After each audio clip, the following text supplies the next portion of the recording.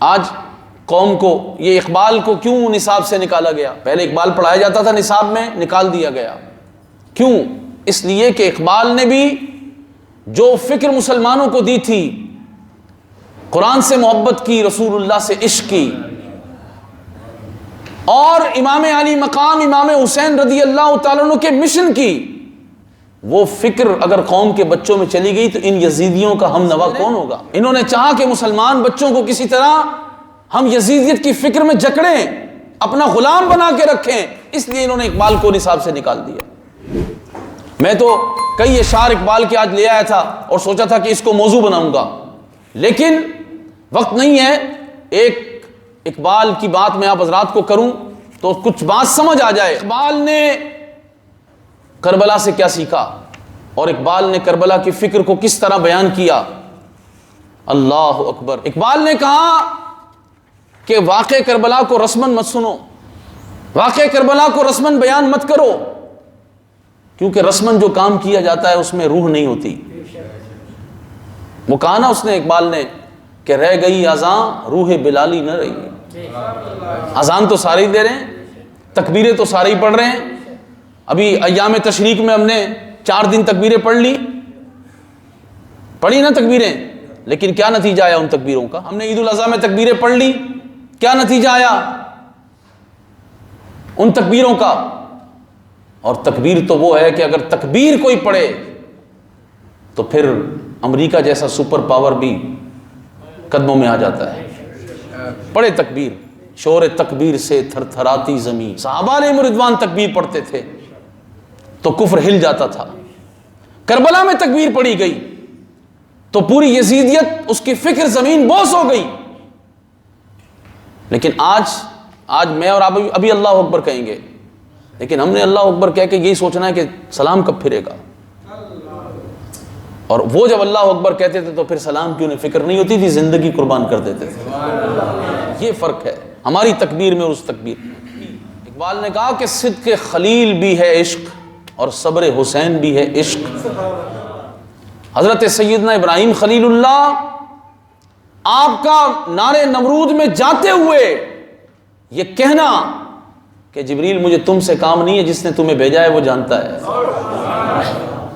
اور امام علی مقام امام عرش مقام امام حسین رضی اللہ تعالیٰ عنہ کی استقامت، صبر سے مراد یہ ہے استقامت. آپ جو کربلا میں کھڑے ہوئے تھے، آپ کے سامنے آپ کے لخت جگر حضرت امام علی اکبر، ان کی لاش مبارک، اور امام علی اکبر کا حسن، آپ کی جوانی، ساری کائنات کے جوان اس خاک پر قربان جہاں امام علی اکبر رضی اللہ تعالیٰ عنہ گزر کر چلے گئے.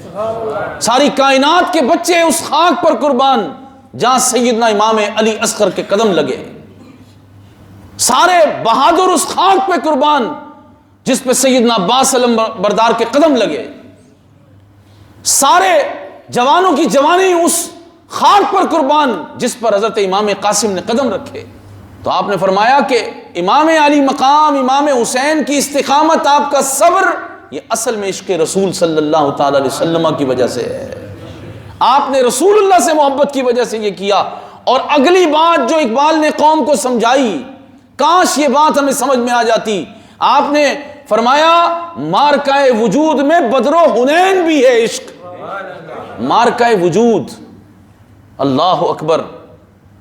آپ یہ بتا رہے ہیں کہ عشق کوئی تصوراتی یا تخیلاتی بات نہیں ہے. عشق صرف تصور نہیں ہے، عشق مارکہ وجود رکھتا ہے. عشق کا وجود ہے.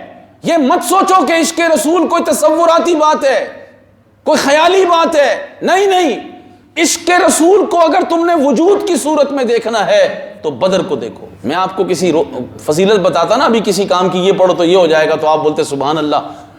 آپ کہتے زور سے کیوں؟ کہ آپ کا مزاج جو ہے، آپ کا لالچ صرف اتنا ہی ہے. رسول اللہ کے لیے جان دینے کا اگر شوق غالب ہونا تو پھر بندہ اس بات کو سن کے زمین پر بیٹھا نہیں رہ سکتا. جو بات اقبال نے کی ہے، اقبال نے کہا کہ مارکہ وجود میں بدر و حنین بھی ہے عشق.